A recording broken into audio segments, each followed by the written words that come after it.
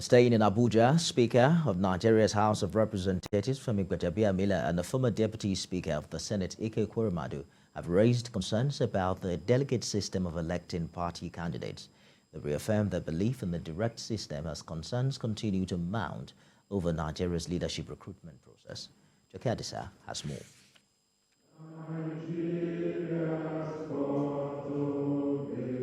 Nigeria's democratic experience, reflections on leadership recruitment and democratic institution building, is the topic of discussion as NILDS holds a commemorative lecture to mark this year's Democracy Day.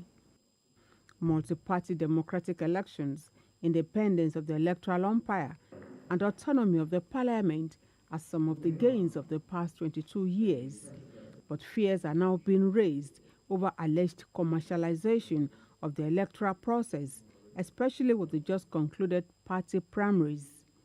The alleged use of money as inducement for delegates and the quantum of funds required for campaign activities all combine to make our electoral process open to the highest bidders.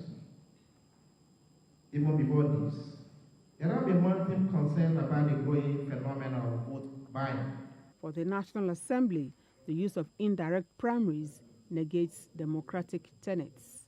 The institution is uncomfortable that only about 30,000 citizens determine who becomes the nation's next president. But we felt that at the primaries level, it was important that all political party members should have a say as to who represents them, both at the party level and in government. We need to restrict political parties to direct primaries as the only mode of nominating candidates has been advocated by Mr. Speaker. Let's see if we truly want to preserve and grow our democracy and recruit leaders that will truly serve the collective interest. Ebolo Adegboruwa was one of the frontiers of the June 12 struggle.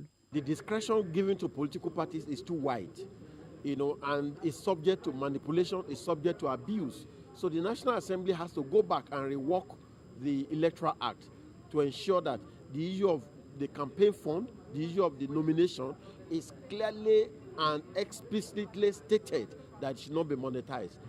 Political exclusion, especially of women and youth, weak and non-professional political parties, political patronage, as well as over-militarization of elections are some of the challenges identified as threats to the nation's fledgling democracy.